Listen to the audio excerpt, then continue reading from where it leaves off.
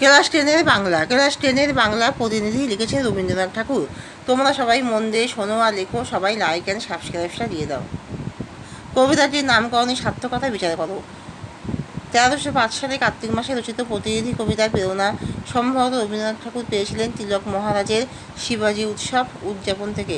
কবিতাটিতে রবীন্দ্রনাথ শিবাজী রাজস্বী রূপটি ফুটিয়ে তোলেন। ঈশ্বরের প্রতিনিধি হয়ে শিবাজী রাজ্য শাসনের দৃষ্টান্ত রবীন্দ্রনাথের হৃদয়কে যেমন সাড়া দিয়েছিল, তেমনি তাকে অনুপ্রাণিত করেছিল রামদাস স্বামীর ধর্ম আন্দোলন। গুরু রামদাস ও শিষ্য শিবাজীর মিলনে মহারাষ্ট্রে হিন্দু ধর্মের পুনরুজ্জীবন, মহাজাতির পুনর্গঠন।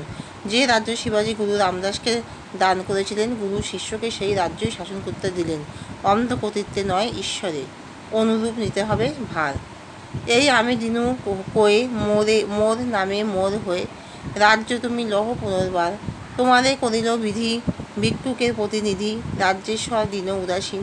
পালিবে যে রাজধর্ম, যেন তাহা মোর কর্ম, রাজ্য লয়ে রবে রাজ্যহীন। সন্ন্যাসীর ত্যাগ, বৈরাগ্য এবং বিশ্ব মানবতার সঙ্গে একাত্মতার প্রতীক গৈরিক পতাকা শিবাজী রাজধর্মের অবলম্বন ছিল। তিনি এই আদর্শে গুরু রামদাস দ্বারা দীক্ষিত হয়েছেন। রবীন্দ্রনাথের কথায়, বৎস তবে এই রহ, মোর আশীর্বাদ সহ আমার গেরুয়া গাত্রবাস, বৈরাগীর উত্তরীয় পতাকা করিয়া নিও, কহিলেন গুরু রামদাস। শিবাজীর আদর্শ মুগ্ধ করেছিল রবীন্দ্রনাথকে। রবীন্দ্রনাথ বলেছেন, শিবাজী যে চেষ্টায় প্রবৃত্ত হয়েছিলেন তাহা কোনো ক্ষুদ্র দলের মধ্যে আবদ্ধ ছিল না। তাহার প্রধান কারণ তিনি হিন্দু জাতি ও হিন্দু ধর্মকে মুসলমান শাসন হতে মুক্তিদান করিবার সংকল্প করিয়াছিলেন।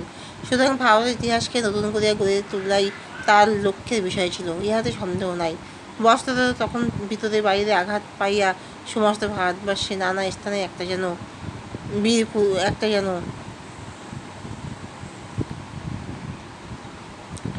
বীর পুরুষ যে ভারতবর্ষে এই ধর্মকে জয়যুক্ত করিবার ব্রত গ্রহণ করিবেন, তাহা স্বাভাবিক। শিবাজী যে সকল যুদ্ধবিগ্রহে পবিত্র হইয়াছিলেন, তাহার সোপান পরম্পরার মতো, তাহার রাগারাগি লড়াই মাত্রা নয়। তাহা সমস্ত ভারতবর্ষকে এবং দূরকালকে লক্ষ্য করে একটি বৃহৎ আয়োজন বিস্তার করিতেছিল। তাহার মধ্যে যে বিপুল আনুপূর্বিকতা ছিল, তাহা কোনো সাম্প্রদায়িক উত্তেজনায় প্রকাশ নহে, একটি বৃহৎ অভিপ্রায় সাধনের উদ্যোগ। সখারাম তার শিবাজী দীক্ষা পুস্তিকাতে মন্তব্য করিয়াছেন, হিন্দু শক্তির এই অজেয়তার কারণে